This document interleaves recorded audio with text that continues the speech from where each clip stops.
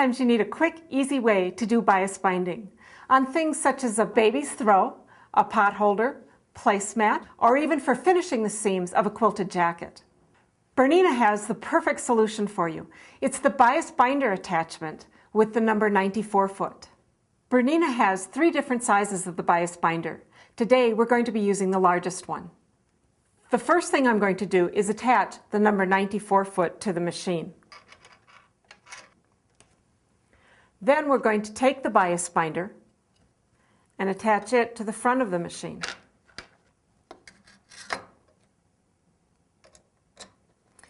At this point, I like to put the foot down so that the edge of the bias binder fits right against the right edge of the foot. You will need to prepare bias binding strips that are 1 1/8 inch wide. I have starched my fabric to give it some body so that it will feed through the bias binder more easily. You'll need to feed the bias strip into the bias binder. That's done more easily with an angled end. We're going to insert it into the wide part of the bias binder. I like to use the point of my scissors or some kind of point to move the fabric along, so then I can grab my point at this end. I wiggle that a little bit. I want to make sure that right here at the end of this part of the bias binder that both edges are being rolled in at the same amount. I will then pull out a little bit of length, hold those creases in, and fold my piece of binding in half and load it by wiggling a little bit into the second part of the bias binder, which is now going to fold that bias strip in half. I need to take a couple stitches just to make sure everything is feeding correctly and I'm getting a bias strip sewn out the back. Once you've determined everything is working correctly, you're going to start attaching it to your project. I'm going to put it on this pot holder today. I've just laid the edge of the pot holder in the groove of the foot, and so my needle has been moved to a left position. You may want to play with that so that your needle drops exactly where you want it to. For me, this is like magic.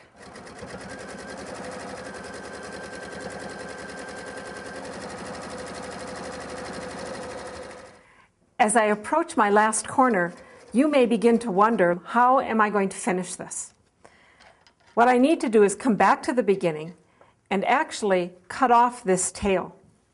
And I need to cut it so that I get a square finish. Take out this previous stitching so I can pull this tail off of my work. I'm now going to continue sewing, and this is important. You want to look about, and this is technical, about 3 3/8 of an inch from your beginning. When you are about that distance, you're going to stop. If you look at the end of our bias binder, I am actually going to now cut my binding even with that metal. I need just a little bit of glue from a glue stick on my fabric, and I'm going to turn this and create a finished end. And we want to make sure that that's going to feed into the binder.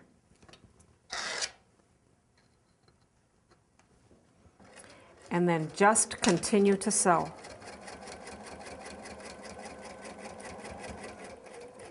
And I'm just going to sew until my fabric ends with that folded edge and I've covered my raw edge that I had in the beginning.